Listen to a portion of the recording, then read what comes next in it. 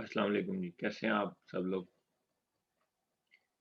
ये 17 एडिट 17 19 कौन है?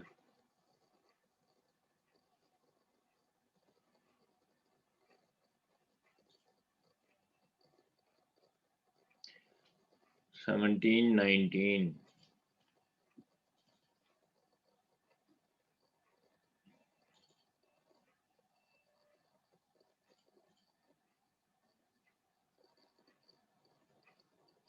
बस ज्वाइन करके गया है ये बंदा।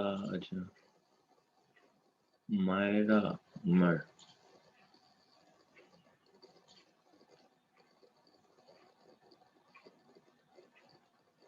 चलें, ठीक है, फिर स्टार्ट करते हैं।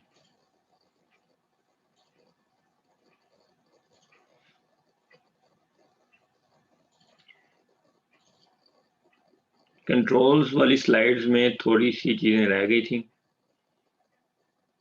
ये वैसे स्लाइड्स बहुत ज़्यादा है, 91 स्लाइड्स हैं, लेकिन ये सब याद करने वाली चीज़ें नहीं है। कंट्रोल्स की क्लास में कितने एट्रीब्यूट्स हैं, लिस्ट बॉक्स में या किसी भी कंट्रोल में कितने एट्रीब्यूट्स हैं, कैसे हैं, ये याद रखने वाली चीज़ें नहीं है। ये सिर्फ एक प्रैक्टिस करने वाली चीज़ें हैं। इनकी अगर आप प्रैक्टिस कर लेते हैं कि इनको यूज़ कैसे करना है तो काफ़ी है। अच्छा, यहाँ से मेरे ख्याल से हम लोगों ने करना है user control validators. Data grid तक हमने कर लिया था, प्रैक्टिस भी कर ली थी और थोड़ा सा कोड भी देख लिया था हमने इसका। इसके कोड को थोड़ा सा और आप खुद भी देख सकते हैं डिटेल में। ठीक है, आवाज़ आ रही है आप सब लोगों को? कोई एक बंदा जो हाजिर हो। यस सर, आ रही है। चलें, गुड। वैलिडेटर्स हम लोग देख चुके हैं कि वैलिडेटर्स कौन कौन से अवेलेबल हैं टूल बॉक्स में हमारे पास, और उनको कैसे यूज़ करना है, किस फील्ड के साथ कैसे लगाना है, और उनका क्या फ़ायदा है। ठीक है, तो ये एक इनकी हायरार्की है कि ये डॉट नेट फ्रेमवर्क में किस हायरार्की के साथ इनको बनाया गया है। लेबल की चाइल्ड क्लास है बेस वैलिडेटर, और उसकी फिर आगे फर्दर चाइल्ड क्लासेस हैं, जिनमें से एक है रिक्वायर्ड फील्ड वैलिडेटर, जो कि हमें पता है कि ये चेक करता है कि किसी भी फील्ड पे जब हम लगाते हैं तो वो फील्ड को मैंडेटरी कर देता है कि इसमें वैल्यू डालना लाजमी है, उसके बगैर फॉर्म सबमिट नहीं हो सकता। दूसरा एक है कस्टम वैलिडेटर, जो कि हम देख चुके हैं कि यूज़र डिफाइंड कोई भी चेक आपने लगाना हो अपनी मर्ज़ी का, तो वो हम लगा सकते हैं। जैसे हमने ऐज पे लगाया था कि ऐज 20 से 30 होनी चाहिए। ऐज पे लगाया नहीं, ऐज पे नहीं लगाया था, यूज़र नेम पे लगाया था हमने कि यूज़र की लेंथ जो है वो 8 कैरेक्टर से ज़्यादा होनी चाहिए। तो इस तरह कोई भी चेक आप लगा सकते हैं, ठीक है? यूज़र नेम स्टार्ट ए से होना चाहिए, और इस तरह के किसी भी तरह के जो आपकी एप्लीकेशन स्पेसिफिक किस्म के चेक हों, तो वो आप लगा सकते हैं कस्टम वैलिडेटर से। फिर इसमें एक चीज़ है बेस कंपेयर वैलिडेटर, और उसके भी आगे फर्दर चाइल्ड क्लासेस है range validator and compare validator, ठीक है? क्योंकि इसने कंपेयर करना होता है तो इसलिए ये बेस कंपेयर वैलिडेटर के चाइल्ड है। रेंज वैलिडेटर हमें पता है एज पे जैसे हमने लगाया था 20 से 30 के बीच में रेंज होनी चाहिए, ठीक है? वो किसी जो यूज़र की इनपुट वैल्यू है, उसको किसी ख़ास रेंज से कंपेयर करता है, इसलिए ये बेस कंपेयर वैलिडेटर के अंडर है। फिर एक है कंपेयर वैलिडेटर, ये 2 फ़ील्ड्स को कंपेयर करता है, पासवर्ड और कन्फर्म पासवर्ड पे हमने ये लगाया था कि ये दोनों फ़ील्ड्स की वैल्यू सेम होनी चाहिए। वैलिडेटर्स का कोड है जो कि हम ड्रैग एंड ड्रॉप के थ्रू हमने लगाया, और प्रॉपर्टीज़ में जाकर कंट्रोल टू वैलिडेट भी हमने सेट किया था। नेम सेट किया, नेम जैसे ये एक टेक्स्ट बॉक्स है, नेम इसका आईडी है। तो ये यहाँ पे हमने प्रॉपर्टीज़ से सेट किया था। आप डायरेक्ट कोड से भी कर सकते हैं। टेक्स्ट में आप स्टैटिक लगा देंगे, तो वो यहाँ पे स्टैटिक जैसे नीचे इमेज के अंदर स्टैटिक आ रहा है। अक्सर आपने देखा होगा फॉर्म्स में स्टैटिक आ रहे होते हैं, क्या ये मैंडेटरी फील्ड है, ठीक है? तो ये स्टैटिक टेक्स्ट में स्टैटिक लगा देंगे तो वो फील्ड के आगे स्टैटिक आना शुरू हो जाएगा, ताकि यूज़र को ये पता लगे कि ये फील्ड मैंडेटरी है, ठीक है? You must enter a valid name, ये एरर मैसेज है, और रन एट सर्वर, ठीक है? अच्छा, एरर आने से पहले ही स्टैटिक वहाँ पे शो हो रहा होगा इसकी वजह से, टेक्स्ट स्टैटिक की वजह से, ठीक है? फिर यहाँ पे एक रेंज वैलिडेटर की भी एग्जांपल है जिसमें minimum value, maximum value, type integer है, और एरर मैसेज क्या शो करना है ये भी है, ठीक है? और नीचे वैलिडेशन समरी है जो कि हमने देख ली कि कैसे वैलिडेशन समरी लिख सकते हैं हम। तो ये बहुत आसान काम है, हम कर चुके हैं ये सब। अच्छा, ये तो हमारे हो गए बिल्ट इन जो हमें कंट्रोल्स प्रोवाइड किए गए थे, जिनको वेब कंट्रोल्स नॉर्मली कहा जाता है। फिर अब उन वेब कंट्रोल्स पे वैलिडेटर भी लगाना हमने सीख लिए। अब एक और किस्म के कंट्रोल आते हैं जो कि कहलाते हैं यूजर कंट्रोल्स। यूजर कंट्रोल्स क्या होता है, ये चेक करते हैं। यूजर कंट्रोल की डेफिनेशन अगर हम देखें तो डेफिनेशन सिर्फ ये है कि एक या एक से ज्यादा कंट्रोल्स को आप ज्वाइन करके एक ग्रुप बना लें तो वो यूजर कंट्रोल है। ठीक है, जैसे ये दो एक फील्ड्स थी, एक टेक्स्ट बॉक्स और एक ड्रॉप डाउन। ठीक है, टेक्स्ट बॉक्स और ड्रॉप डाउन लिस्ट, इन दोनों को ज्वाइन करके एक यूजर कंट्रोल बना लिया गया और उस यूजर कंट्रोल को ASCX फाइल में स्टोर किया गया। ठीक है, और उस फाइल का नाम फॉर एग्जांपल आप रख सकते हैं मनी फील्ड डॉट ASCX। ठीक है, ये फील्ड बनाने की कोशिश क्या की गई है कि टेक्स्ट बॉक्स में आप वैल्यू डालें कि कितने पैसे हैं, जितने भी 100 है फॉर एग्जांपल, और ड्रॉप डाउन से आप करेंसी सिलेक्ट करेंगे, डॉलर है, पाउंड है, यूरो है, यूपीज है। ठीक है, तो ये एक मनी फील्ड की एक यूजर कंट्रोल बन जाएगा। ठीक है, इसको ASCX फाइल में आप स्टोर करते हैं। उसका सिंटेक्स कुछ इस तरह होता है कि नॉर्मल टेक्स्ट बॉक्स का सेम वही टैग है, ड्रॉप डाउन लिस्ट का भी सेम वही टैग है, ऊपर सिर्फ ये एक आ जाएगा डायरेक्टिव जिसको कंट्रोल डायरेक्टिव होगा, और कंट्रोल के बाद आगे इनहेरिट्स वही सेम क्लास का नेम और कोड, उसकी कोड बैकएंड कोड की फाइल आएगी। ठीक है, लेकिन इसकी एक्सटेंशन होगी ASCX। नॉर्मल ASP.NET की जो फाइल होती हैं वो ASPX होती हैं। ठीक है, और ASP.NET वाली फाइल्स ASPX होते हैं, जो प्लेन ASP है उसकी फाइल्स ASP होती हैं, .ASP। ठीक है, जब आप कंट्रोल बनाते हैं तो उसमें जो C है, करेक्टर C, ASCX, उसी से पता लग रहा है कि ये कंट्रोल की फाइल है, इसमें कंट्रोल है। और उसके बैकएंड कोड में भी मनी फील्ड डॉट ASCX.CS आएगा। ठीक है, अब इसको हमने एक फाइल में बना लिया। विजुअल स्टूडियो में आप जब प्रोजेक्ट पर राइट क्लिक करके न्यू आइटम में जाते हैं, वहां से ये कंट्रोल बनाने की, न्यू आइटम जब आप करेंगे तो एक कंट्रोल फाइल बना सकते हैं वहां से। ठीक है, और उसमें कोई भी कंट्रोल्स ड्रैग एंड ड्रॉप करके लगा दें तो वो आपकी कंट्रोल फाइल बन जाएगी या यूजर कंट्रोल बन जाएगा। ठीक है, अब इस फाइल को यूज कैसे करना है वो हम देखते हैं। पहले ये बैकएंड कोड आ गया तो यही देख लेते हैं पहले। जब आपने ये एक फाइल बनाई कंट्रोल की और यहाँ पे आपने कोड फाइल लिख the money field dot ASCX.CS, तो इस बैकएंड कोड की फाइल किस तरह की होगी, इस तरह की होगी, जो कि एक्सटेंड करेगी system.web.ui.user कंट्रोल को। ठीक है, फिर इसमें आप कुछ गेटर सेटर भी बना सकते हैं। एक टेक्स्ट की फील्ड बनाई, उसकी गेटर सेटर बना लिए। एक कोई मेथड्स भी बना सकते हैं, सिलेक्ट का मेथड बना लिया। ठीक है, सिलेक्ट का मेथड कहाँ पे यूज हो रहा है, जब आप पीछे देखते हैं कंट्रोल में ड्रॉप डाउन पे ये यूज हो रहा है। ऑन सिलेक्टेड इंडेक्स चेंज पे ये सिलेक्ट का मेथड कॉल होता है। ठीक है, इस सिलेक्ट के मेथड में आकर कुछ उसमें परफॉर्म करनी है कैलकुलेशंस। ठीक है, वैल्यू लेनी है, उस वैल्यू को करेंसी में कन्वर्ट, किसी और रेट में कन्वर्ट करना है, कोई भी काम करना है। ठीक है, और न्यू रेट को ओल्ड रेट में सेट कर देंगे, और जो भी आपने काम परफॉर्म करना है उन कंट्रोल्स के पीछे वो आप परफॉर्म कर सकते हैं। यानी कि उन कंट्रोल्स के ऊपर जो इवेंट्स लगेंगे वो उसी कंट्रोल की बैकएंड कोड फाइल में लगेंगे। ठीक है, और उसमें आप वेरिएबल्स वगैरह भी रख सकते हैं। ये व्यू स्टेट में भी कुछ चीजें डाल सकते हैं, जैसे यहाँ पे डाली गई है। ठीक है, अब इसको यूज कैसे करेंगे, आपने ASPX जो फाइल है आपकी नॉर्मल, जिसके अंदर आपने अपना पेज डिजाइन कर रहे हैं, वहां पे पेज डायरेक्टिव के नीचे ये रजिस्टर का डायरेक्टिव लगाना है। वहां पे रजिस्टर के बाद टैग प्रीफिक्स लगाएंगे, टैग नेम लगाएंगे और सोर्स लगाएंगे। सोर्स में उस फाइल का नेम होगा, कंट्रोल फाइल का नेम। ठीक है, टैग नेम कहाँ यूज होगा, यहाँ पे यूज होगा। ठीक है, जो भी यहाँ पे लिखेंगे टैग नेम मनी फील्ड, वो यहाँ पे यूज हो जाएगा। ठीक है, यानी कि जैसे हमारे पास टेक्स्ट बॉक्स का कंट्रोल होता है और उसका टैग नेम क्या है, text box. Drop down list का टैग नेम क्या है, ड्रॉप डाउन लिस्ट वो, तो ये टैग नेम यहाँ यूज होगा। टैग प्रीफिक्स क्या है, माय, ये माय यहाँ पे यूज होगा। ठीक है, जैसे नॉर्मल कंट्रोल मैं आपको दिखाता हूँ पीछे, ये नॉर्मल कंट्रोल है, इनमें टैग प्रीफिक्स क्या है, ASP, टैग नेम क्या है, टेक्स्ट बॉक्स। ठीक है, इसी तरह इसमें अब जो टैग प्रीफिक्स यहाँ रखेंगे वो यहाँ पे आ जाएगा, और टैग नेम जहाँ जो भी रखेंगे वो यहाँ पे आ जाएगा।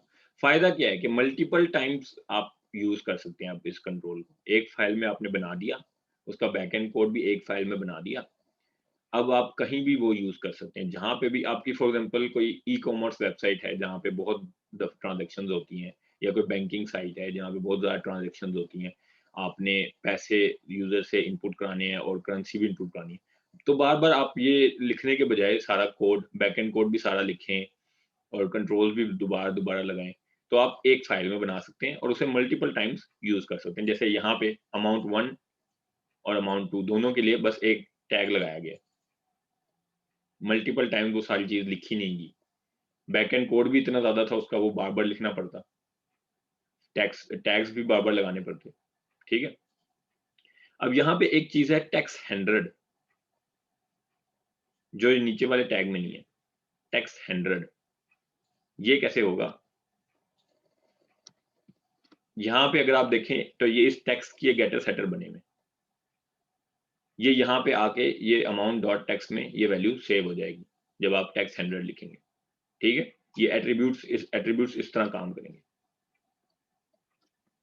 इसी तरह ओल्ड रेट, ये तो खैर प्राइवेट है, इसको पब्लिक करना पड़ेगा, फिर ये उस तरह काम करेगा जिस तरह टेक्स्ट काम कर रहा है। ये बात समझ आ गई टेक्स्ट वाली, कि जो एट्रीब्यूट है टेक्स्ट 100, ये वैल्यू हमने यहाँ लिखी, ये कहाँ पे जा रही है? ये यहाँ पे इसके गेटर सेटर में, यहाँ पे जाके इस वेरिएबल में सेव हो रही है। ठीक है? Yes sir. इस तरह आप कोई भी एट्रीब्यूट्स इसमें ऐड कर सकते हैं, क्योंकि हमने पहले भी ASP.NET के जो नॉर्मल कंट्रोल्स हैं, टेक्स्ट बॉक्स वगैरह, जब हमने वो देखे थे तो हमने ये बात देखी थी कि उनमें जितने भी एट्रीब्यूट्स हैं, वो या कोई वेरिएबल है बैक पीछे, या कोई क्लास है, या इनम है। ठीक है? इसी इसी कॉन्सेप्ट को यहाँ पे इम्प्लीमेंट किया गया है कि टेक्स्ट का पीछे गेटर सेटर बने हुए हैं। अब तीसरे किस्म के कंट्रोल्स हैं कस्टम कंट्रोल्स। यूजर कंट्रोल्स तो हमें पता लग गया कि नॉर्मली जो बिल्ट इन कंट्रोल्स हमारे पास हैं, उनको कंबाइन करेंगे एक ग्रुप की फॉर्म में, तो यूजर कंट्रोल बन जाता है। कस्टम कंट्रोल ऐसा है जो टोटली न्यू फंक्शनैलिटी को इम्प्लीमेंट करेगा, यानी कि कोई ऐसा कंट्रोल बनाएगा जो ऑलरेडी इम्प्लीमेंटेड कंट्रोल्स से नहीं बना हो। ठीक है? टोटली न्यू किस्म की फंक्शनैलिटी प्रोवाइड करेगा, ये वो कंट्रोल होगा।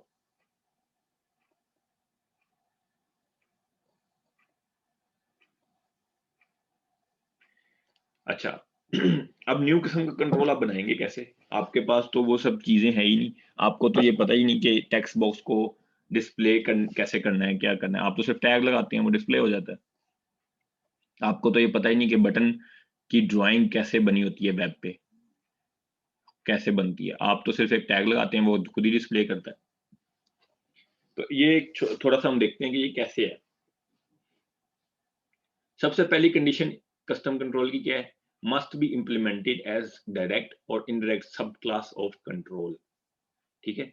कंट्रोल की क्लास बिल्ट इन है हमारे पास, उसके सब क्लास है वेब कंट्रोल, फिर उसकी चाइल्ड क्लास है इमेज बटन। ठीक है? तो या तो आप इसकी किसी चाइल्ड क्लास से आपने इम्प्लीमेंट करना है, या डायरेक्ट कंट्रोल को भी इम्प्लीमेंट कर सकते हैं, लेकिन ये कंडीशन लाजमी है। ठीक है? कस्टम कंट्रोल बनाने के लिए कंट्रोल या उसकी किसी सब क्लास या चाइल्ड क्लास से आपको इम्प्लीमेंट करना लाजमी है। ठीक है? दूसरी कंडीशन कस्टम कंट्रोल की क्या है कि आपको रेंडर का एक मेथड बनाना पड़ेगा। ठीक है? क्योंकि कंट्रोल की जो क्लास है इसके अंदर एक रेंडर का मेथड होता है, उसको ओवरराइड करके आपको उस रेंडर का मेथड खुद से बनाना पड़ेगा। ये बेसिकली कोई भी बटन टेक्स्ट बॉक्स हम ASP.NET के टैग से लगाते हैं, तो वो डिस्प्ले कैसे होता है? रेंडर के मेथड से। हर टेक्स्ट बॉक्स या फील्ड लेबल हर चीज का रेंडर का मेथड होता है। ठीक है? तो जब आप कस्टम कंट्रोल बनाएंगे, आपने रेंडर का मेथड बनाना है, और उस रेंडर के मेथड के अंदर आपने बताना है कि ये डिस्प्ले कैसे होगा। ठीक है? इसकी एक मिसाल मैं आपको दे देता हूँ। ये फोल्ड्स का एक कंट्रोल बनाया गया है, फोल्ड का कंट्रोल, जिसने इमेज बटन को इंप्लीमेंट किया है। इमेज बटन क्योंकि सब क्लास है कंट्रोल की, तो ये पहली कंडीशन यहाँ फुलफिल होगी। दूसरी रेंडर का मेथड ये है जिसको ओवरराइड करना है। ये सेम सिग्नेचर इसके होंगे, ये वाले जो मैंने हाईलाइट किए हैं। इसके अंदर w.write करके आपने लिखना है जो भी आपने डिस्प्ले कराना चाहते हैं, और उसके अंदर HTML बना डाल देंगे आप। अगर आप प्लेन HTML लिख सकते हैं, ठीक है, तो आप कोई भी चीज ड्रॉ कर सकते हैं, ठीक है। आप लाइंस के थ्रू बटन बना सकते हैं, CSS उसके ऊपर लगा के कलरिंग कर सकते हैं, किसी भी किस्म की चीज ड्रॉ कर सकते हैं आप, ठीक है। बटन बनाना है, एक डिव लगा दें, उसके बॉर्डर लगा दें, या एक एंकर लगा दें, उसके बॉर्डर लगा दें, ठीक है। तो रेंडर के मेथड के अंदर आपने w.write करके उसके अंदर HTML देनी है जो आप डिस्प्ले कराना चाहते हैं चीज। फॉर एग्जांपल मैं डिस्प्ले कराना चाहता हूँ ये चीज, जहां पे जो इमेज में शो हो रहा है, पहली वाली इस इमेज में एरो है, फिर है प्लीज रीड, फिर एक एरो है। ये एक कंट्रोल है फोल्ड का कंट्रोल जो इसने बनाया है। इस प्लीज रीड पे आप क्लिक करेंगे तो ये एक्सटेंड हो जाएगा इस तरह की फॉर्म में, एरोस एम्प्टी हो जाएंगे और बीच में टेक्स्ट काफी सारा लंबा हो जाएगा। जो भी डिस्प्ले करना है, डिस्क्रिप्शन किसी चीज की, काफी सारा टेक्स्ट जो भी डिस्प्ले करना है वो सारा एक्सटेंड होके डिस्प्ले हो जाएगा, ठीक है। तो ये एक कंट्रोल है, कस्टम कंट्रोल। ये हम उसने बनाना है। ये कैसे बनाएगा? सबसे पहले तो ये करेंगे कि इसमें इमेज बटन लगा दिया, इनपुट टाइप इमेज, ठीक है। फिर उसके अंदर आपने सोर्स में बता दिया कि वो इमेज कहाँ पे पड़ी हुई है, डाउनलोड करके आपने कहीं रखी होगी, कोई आइकन है, ठीक है, left.gif के नाम से आइकन है, ठीक है। फिर टेक्स्ट डिस्प्ले करना है, जो लेंथी सा टेक्स्ट है वो। फिर तीसरा इमेज बटन write.gif, ठीक है। तो ये डिस्प्ले हो जाएगा आपका कस्टम कंट्रोल।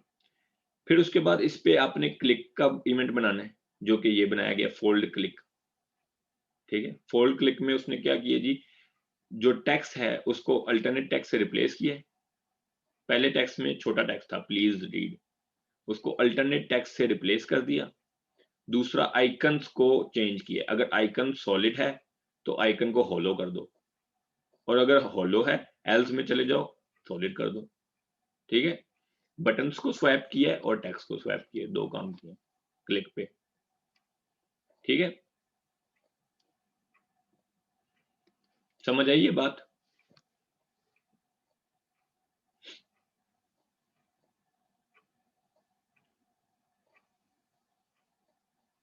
टेक्स्ट और आइकन के गेटर सेटर बनाए हुए, कोई बंदा बोल सकता है? सर ये रेंडर वाला दोबारा समझा। अच्छा, मैंने आपको बताया कि कोई भी कस्टम कंट्रोल बनाना है तो वो कंट्रोल या उसकी सब क्लास से एक्सटेंड होना जरूरी है। तो ये इमेज बटन सब क्लास थी कंट्रोल की, तो इससे ये एक्सटेंड हो गया। दूसरी कंडीशन मैंने बताई थी कस्टम कंट्रोल के लिए, रेंडर का मेथड इंप्लीमेंट करना जरूरी है, ठीक है। ये रेंडर के मेथड के सिग्नेचर होंगे जो एज इट इज आपने लिखने हैं, ठीक है। उस रेंडर के मेथड के अंदर आप w.write के मेथड में कोई भी HTML प्रोवाइड करेंगे वो रेंडर होगी उस कंट्रोल के लिए। जब भी ये कंट्रोल कहीं यूज होगा ये सेम HTML वहां पे रेंडर होगी, ठीक है। ये तो हमें पता है कि हम ओके ASP.NET के कंट्रोल्स जब लगाते हैं तो हमारा IIS या कोई भी जो वेब सर्वर जिस पे हम रन कर रहे हैं एप्लीकेशन, वो उसको प्लेन HTML में कन्वर्ट करके ब्राउजर के पास भेजता है, ठीक है। तो वो कैसे HTML में कन्वर्ट करता है? रेंडर के मेथड होते हैं, हर कंट्रोल में रेंडर के मेथड होते हैं, ठीक है, और उसके अंदर प्लेन HTML होती है। समझ आई ये बात? यस सर आगे सर। ठीक है। फिर इसने एक इवेंट लगाया कि इस प्लीज रीड पे क्लिक करें तो टेक्स्ट भी चेंज हो जाए और एरोज भी हॉलो हो जाए, सॉलिड एरो है ना, ये हॉलो हो जाए इस तरह, और टेक्स्ट भी चेंज हो जाए। तो ये वो क्लिक का मेथड है जिसमें आपने टेक्स्ट और अल्टरनेट टेक्स्ट को चेंज करना है। अगर टेक्स्ट है तो अल्टरनेट टेक्स्ट करना है, अल्टरनेट टेक्स्ट है तो टेक्स्ट करना है, और अगर आइकन सॉलिड है तो होलो करना है, अगर होलो है तो सॉलिड करना है, ठीक है। तो ये एक तरीका कार है, ये फोल्ड का ओके सर। कंट्रोल बन जाएगा। अब इसके बाद इस कंट्रोल को यूज कैसे करना है? यूजर कंट्रोल का तो हमें पता है, क्योंकि यूजर कंट्रोल में हम ऑलरेडी बिल्ट इन कंट्रोल्स को कंबाइन करके यूजर कंट्रोल बनाते हैं, तो हमें उसको एज अ डीएलएल कंपाइल नहीं करना पड़ता। वो ऑलरेडी सारी चीजें ASP.NET में कंपाइल्ड हैं, हमने सिर्फ उनको ग्रुप करके यूज किया है। लेकिन कस्टम कंट्रोल में आपने खुद से न्यू चीज बनाई है, ठीक है, एक न्यू चीज बनाई है आपने, उसमें रेंडर मेथड में भी डिस्प्ले कैसे करना है, ये सारी चीज न्यू चीज बनाई है आपने, ठीक है। तो इसको आपको पहले DLL में कंपाइल करना पड़ेगा, must be compile into a DLL which has to be stored in bin directory, ठीक है। ये कमांड है CSC और सारी आगे fold.dll बनानी है fold.cs फाइल से, ठीक है। कस्टम कंट्रोल CS फाइल में होंगे, यूजर कंट्रोल ASCX फाइल में होते हैं, ठीक है। कस्टम कंट्रोल CS फाइल में होंगे, उस CS फाइल्स को इस तरीके से आपने DLL में कन्वर्ट करना है, उस DLL को अपने प्रोजेक्ट की बिन डायरेक्टरी में रखना है, ठीक है। फिर जब आप ऐसा कर लेंगे तो फिर नॉर्मल है आगे, फिर नॉर्मल जिस तरह यूजर कंट्रोल यूज किया था उसी तरह यूज करना है, रजिस्टर का डायरेक्टिव लगाना है, टैग प्रीफिक्स लगानी है, नेम स्पेस बतानी है, उस CS फाइल में जो नेम स्पेस है वो यहाँ बतानी है, ये वाली नेम स्पेस, ठीक है, फोल्ड, ये नेम स्पेस यहाँ बतानी है, और असेंबली बतानी है कौन सी है, ठीक है, जो DLL का नाम है fold.dll, तो फोल्ड यहाँ लिख देना है, DLL नहीं साथ लिखना, सिर्फ असेंबली का नाम लिखना है फोल्ड, असेंबली के कीवर्ड से उसे पता है कि DLL है। जब आप ये कर लेंगे फिर टैग प्रीफिक्स और फिर आगे असेंबली का जो नाम है उससे वो टैग आप लगा सकते हैं, और उसी में ये टेक्स्ट भी हमने सेट कर दिया और अल्टरनेट टेक्स्ट भी सेट कर दिया, ठीक है। Okay sir. टेक्स्ट और अल्टरनेट टेक्स्ट हमने वहां सेट कर दिए, और अब जब भी क्लिक करेंगे इसके ऊपर तो ये मेथड कॉल होगा और टेक्स्ट और अल्टरनेट टेक्स्ट स्वैप होंगे। आई होप आपको समझ आ सर गया ये कस्टम कंट्रोल्स जी। ये जो DLL में कन्वर्ट किया है ये उसी के टर्मिनल में करना होता है या फिर ऑनलाइन? जी ये टर्मिनल से आप कर सकते हैं, ये CSC यूटिलिटी से यूज करके आप कर सकते हैं, ये मेरे ख्याल से .NET में होती है, ये आपको मिल जाएगी, ओके सर। अवेलेबल होगी टर्मिनल में, ठीक है। स्टेट मैनेजमेंट, ये पुराना टॉपिक है, हमें पता है 3 किस्म की स्टेट्स होती हैं। पेज स्टेट जिसमें सारे पेज की स्टेट्स होगी, सारे टेक्स्ट बॉक्सेस और चेक बॉक्सेस जो भी चीज यूज हो रही है उनके कंटेंट्स होंगे। सेशन स्टेट जिसमें यूजर के इंटरेक्शन जब तक यूजर कर रहा है वेबसाइट के साथ उसका पूरा सेशन स्टोर होगा, ठीक है। All request from the same client with in a certain time, ठीक है। जैसे फॉर एग्जांपल यूजर ने लॉगिन किया तो पेज पे वेलकम इमरान ऊपर लिखा आता है छोटा सा, और साथ लॉग आउट का बटन लिखा आता है, ये सेशन स्टेट है। जैसे ही मैं लॉग आउट कर दूंगा सेशन स्टेट खत्म हो जाएगी। तीसरी चीज है एप्लीकेशन स्टेट। एप्लीकेशन स्टेट ये होती है कि सारी एप्लीकेशन की स्टेट होती है वो, जो कि तमाम यूजर्स के लिए होती है सेम, ठीक है। कुछ ऐसी सेटिंग्स होती हैं जो हमें पूरी एप्लीकेशन के लिए स्टोर करनी पड़ती हैं, जो सब यूजर्स तमाम यूजर्स के लिए सेम होती हैं, ठीक है। फॉर एग्जांपल अक्सर वेबसाइट्स पे आपने लिखा होगा कि वहां पे लिखा होता है total number of visited users, ठीक है, आगे लिखे होते हैं 100 50 जितने भी आज तक इस वेबसाइट पे विजिट किए हैं वो लिखे होते हैं, total number of visited users, ठीक है। तो वो कैसे, वो आप एक तो तरीकाकार यही है कि डेटाबेस में स्टोर कर लें, दूसरा और आसान तरीकाकार ये है कि एप्लीकेशन स्टेट में आप स्टोर कर लें। जैसे ही एप्लीकेशन आपकी रन होना शुरू होगी एप्लीकेशन स्टेट मैनेज होना शुरू हो जाएगी, ठीक है। इसकी एग्जांपल ये कॉन्फ़िगरेशन डाटा, कोई भी सेटिंग्स मैंने आपको बताया ऐसी रखनी पड़ती हैं जो पूरी एप्लीकेशन के लिए सेम हो। नंबर ऑफ सेशंस यानी कि number of logged in users आपने रखने हैं उस पे, और बेशक अपनी वेबसाइट पे दिखाना भी हो कि इतने यूजर्स लॉग्ड इन हुए हैं, ठीक है।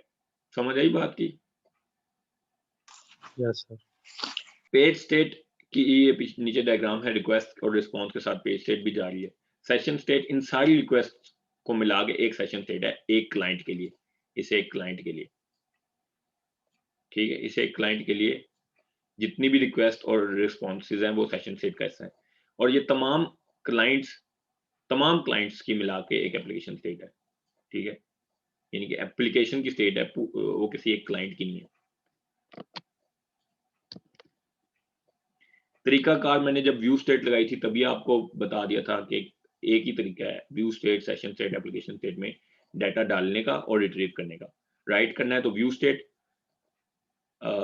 ये स्क्वायर ब्रैकेट्स और अंदर उसकी की और आगे इज इक्वल टू वैल्यू, और जब निकालेंगे तब भी सेम इसी तरीके से निकालेंगे। फिर उसके बाद बेशक आप किसी भी चीज में कास्ट कर लें।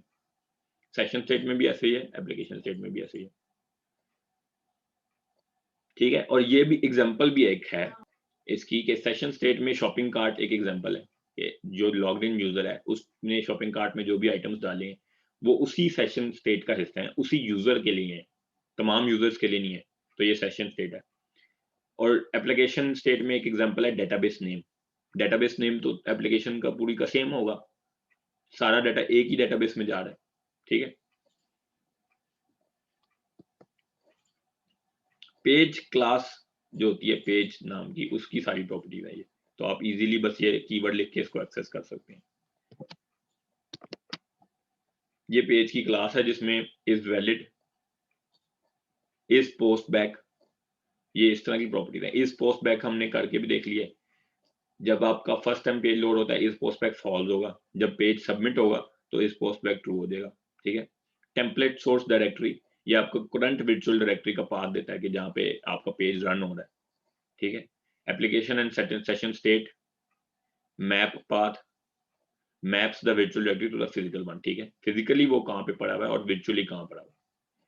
ये हम वर्चुअल डायरेक्टरी और फिजिकल डायरेक्टरी का थोड़ा सा कॉन्सेप्ट देख चुके हैं जब IIS को हमने देखा था। वैलिडेट, वैलिडेट का मेथड है ये starts all validators on the page. ठीक है, ये करता है। रिक्वेस्ट रिस्पॉन्स है, HTTP रिक्वेस्ट है, उसमें जो है बहुत सारी चीजें जैसे यूजर होस्ट नेम, क्लाइंट का डोमेन नेम ये रिटर्न करेगा, यूजर होस्ट एड्रेस ये IP एड्रेस रिटर्न करेगा। आप एक अच्छी प्रैक्टिस ये है कि आप इसको इस तरीके से अपने पेज में लगाकर एक दफा चेक जरूर करें। जब आप एंगल ब्रैकेट परसेंट इक्वल लिखते हैं, ठीक है, तो इसके आगे जो भी चीज आप लिखते हैं वो ASP.NET में होती है। ठीक है, या ये समझ लें सर्वर साइड कोड होता है। ठीक है, जब आपने ASPX फाइल में जहाँ पे आपने कंट्रोल्स लगाए हुए हैं, अपने टैग्स लगाए हुए हैं, वहां पे कोई चीज AS बैकएंड कोड में की फॉर्म में लिखनी हो तो ये टैग लगाकर आप लिख सकते हैं। ठीक है, ओके सर।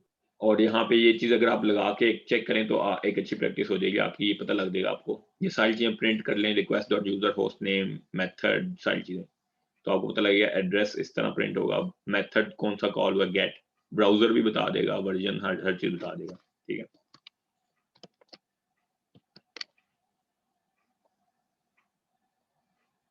इसके अलावा एक ये भी तरीका है कि जब भी कोई बटन क्लिक हो, बटन क्लिक के इवेंट पे आप ये लगा सकते हैं रिक्वेस्ट डॉट क्यूरी स्ट्रिंग।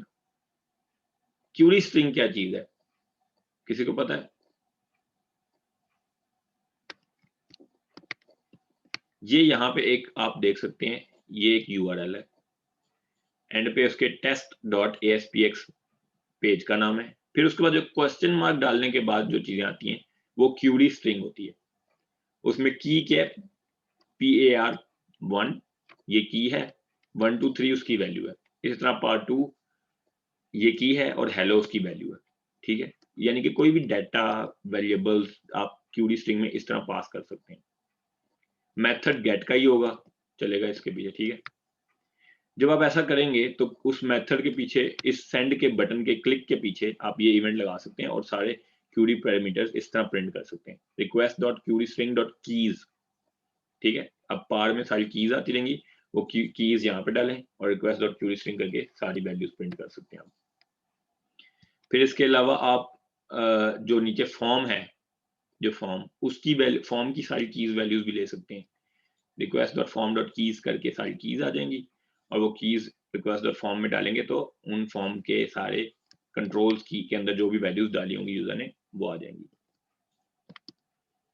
इसी तरह रिस्पॉन्स भी है, HTTP रिस्पॉन्स, जिसमें कंटेंट टाइप है, आउटपुट है, स्टेटस कोड है। 200 स्टेटस कोड का मतलब होता है ओके, 404 का मतलब होता है page not found.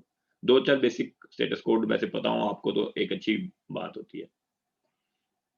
Response dot redirect हम देख चुके हैं, किसी भी पेज पे रीडायरेक्ट करना हो तो ये इस तरह आप करते हैं, उसमें आप पेज का नाम देते हैं, लेकिन यहाँ पे पेज के नाम के साथ क्यूरी स्ट्रिंग भी डाल दी गई है।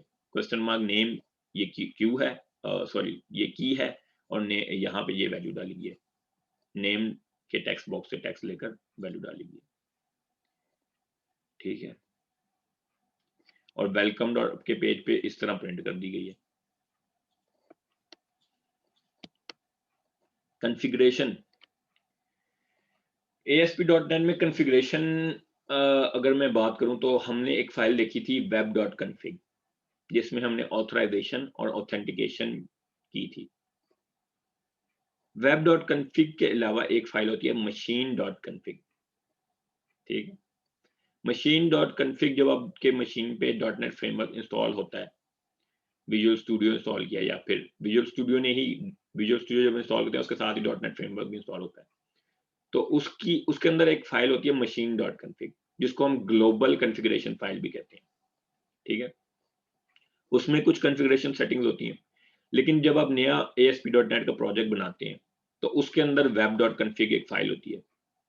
web.config के अंदर जो भी प्रॉपर्टीज होंगी वो ग्लोबल machine.config फाइल की प्रॉपर्टीज को ओवरराइड कर देंगी, ठीक है। और अगर कोई प्रॉपर्टी आपने web.config में नहीं डाली, वो प्रॉपर्टी सेम machine.config की ही यूज होगी, ठीक है। अब आप ये भी कर सकते हैं कि एक ऐप है जैसे ऐप2, उसमें कुछ पेजेस हैं a.aspx, b.aspx, फिर एक सब डायरेक्टरी है।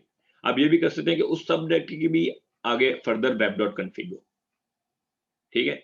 इन दैट केस क्या होगा, इस c.aspx फाइल के लिए ये web.config यूज होगी।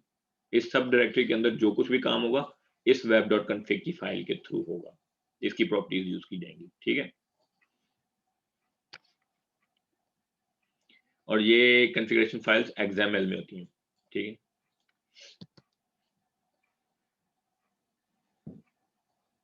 आपने कोई भी किस्म की इसमें सेटिंग्स रखनी हो, जैसे डेटाबेस का नेम, डेटाबेस की कनेक्शन स्ट्रिंग, वो आप रख सकते हैं web.config में। कैसे, ये एक ऐप सेटिंग्स का टैग बना लिया गया, ये आपका अपना कस्टम टैग है, ठीक है। इसके अंदर आपने की, ऑथर और उसकी वैल्यू ऐड कर दी, इसी तरह दूसरी की और वैल्यू।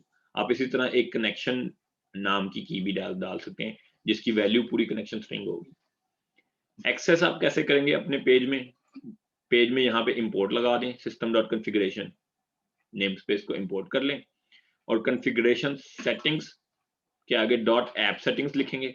ऐप सेटिंग्स ये टैग है, लेकिन कैपिटल करके यहाँ पे आएगा, ठीक है। ऐप सेटिंग्स के अंदर कोई भी की वैल्यू करके आप की डालेंगे, उसकी वैल्यू आ जाएगी, ठीक है। इस तरह आप डेटाबेस की कनेक्शन स्ट्रिंग भी रख सकते हैं, और वो कहीं भी अपनी एप्लीकेशन में आप वहां से उठाकर यूज कर सकते हैं। फायदा ये होगा कि कनेक्शन स्ट्रिंग कभी चेंज करनी है तो सिर्फ एक जगह web.config में चेंज करनी पड़ेगी।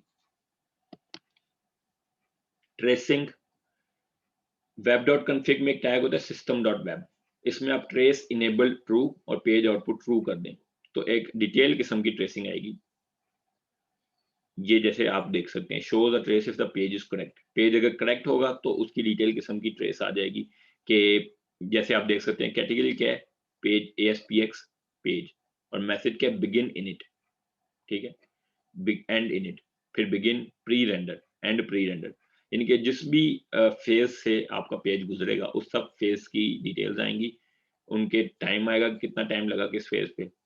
फायदा क्या है कि आपको पता लग जाएगा, अगर आपका पेज स्लो हो रहा है तो आपको पता लग जाएगा कि किस फेज पे स्लो हो रहा है, फिर आप उसको रेक्टिफाई कर सकते हैं, उसमें कोई मसला हो उसको ठीक कर सकते हैं। और अगर कोई एरर है पेज पे तो उस एरर को नॉर्मली तो इस तरह आता है, उसकी आप यहाँ पे नीचे दो चीजें और आ जाएंगी, यानी कि आप डिटेल तरीके से उस एरर की स्टैक को देख सकते हैं।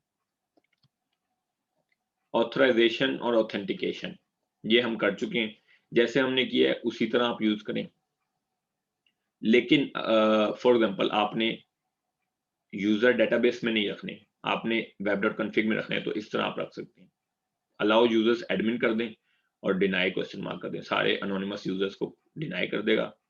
अच्छा, किसी ने मेरे से उस टाइम पूछा था कि क्वेश्चन मार्क और स्टैटिक में क्या फर्क है, मैंने उसको यही बात बताई थी कि स्टैटिक का मतलब है तमाम यूजर्स और क्वेश्चन मार्क का मतलब है एनी यूजर, ठीक है। ये फ़र्क है। जो जब डिनाई करना है तो आप क्वेश्चन मार्क यूज़ करते हैं ताकि एनी यूज़र, कोई भी किस्म का एनोनिमस यूज़र हो, वो डिनाई हो जाए। एनोनिमस यूज़र्स और ऑल यूज़र्स में ये फ़र्क। अगर एडमिन यहाँ पे एक यूज़र लिखा हुआ है, ठीक है, अलाउ यूज़र्स एडमिन, तो अलाउ यूज़र्स एडमिन के साथ अगर आप डिनाई में स्टैटिक लगा देते हैं, तो एडमिन भी डिनाई होगा, क्योंकि एडमिन एनोनिमस नहीं है, लेकिन ऑल में आ जाता है, ऑल यूज़र्स में। स्टैटिक का मतलब है ऑल यूज़र्स, ठीक है? इसलिए आप यहाँ पे क्वेश्चन मार्क लगाते हैं, ताकि अगर कोई यूज़र आपने यहाँ डिफाइन किया हुआ है, जैसे ये एडमिन डिफाइन हो चुका है, तो वो यूज़र डिनाई ना हो, एनोनिमस यूज़र्स डिनाई हो, ठीक है? उस टाइम अगर ये बात किसी को क्लियर नहीं हुई, तो अब क्लियर हो जानी चाहिए। सर अब ये सिर्फ एडमिन को एक्सेप्ट करेगा? जी, ये सिर्फ़ एडमिन को एक्सेप्ट करेगा, इसके अलावा बाकी तमाम यूज़र्स उसके लिए एनोनिमस हो जाएँगे। वो क्वेश्चन मार्क को डिनाई कर देगा सबको, ठीक है? Okay sir. मशीन, ये सब हमने web.config में चेंज किया है। जो नॉर्मली machine.config होता है, उसमें ये लिखा होता है, अलाउ यूज़र्स स्टैटिक, तमाम यूज़र्स को उसने अलाउ किया होता है। ठीक है? तमाम यूज़र्स को हर पेज अलाउ किया होता है। इसलिए अगर हमने ऑथराइज़ेशन ऑथेंटिकेशन ना लगाई हो, तो हमारे तमाम पेजेज़ एक्सेसिबल